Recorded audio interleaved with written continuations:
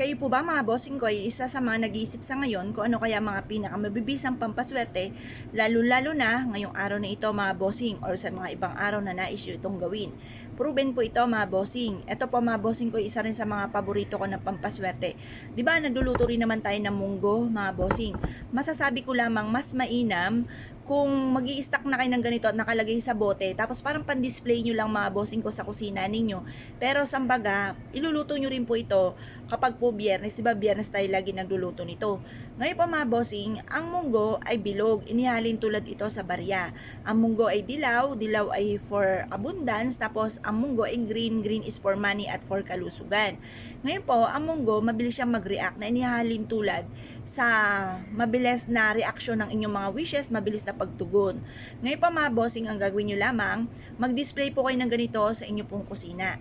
Or kaya po, kumuha kayo mga bossing ko ng tissue at pagkatapos, basahin nyo yung tissue, maglagay ka ng 7 or 5 na munggo sa tissue. Tapos, isulat nyo po dito sa tissue, bago nyo basahin to, lagyan nyo muna ito ng magkano yung amount na gusto po ninyo. Halimbawa, gusto nyo po ng 1 million. 1 million, magkakaroon ako ng 1 million. Tapos, basahin nyo po siya, tapos, lagyan ng 7 or kaya po ay 8 na munggo. Pagkatapos, mag-wish po kayo sa may silangan. Sabihin nyo po, magkakaroon ako ngayong taon nito ng 1 milyon. Magkakaroon ako ng maraming pera. Ganun po mga bossing, bukod sa sipag at syaga, double time sa pagkayod, ngayong taon na ito, ako ay yayaman. Ganun po ang inyo pong pag-wish, direct to the point, at naniniwala ka sa inyo pong puso't isipan na magkakatotoo lahat ang inyo pong mga kahilingan mga bossing. Positive ka lamang, kiniklaim ko na ang swerte, tapos tupiin nyo po ito pong ating pong tissue na basa na meron pong wishes at meron pong munggo.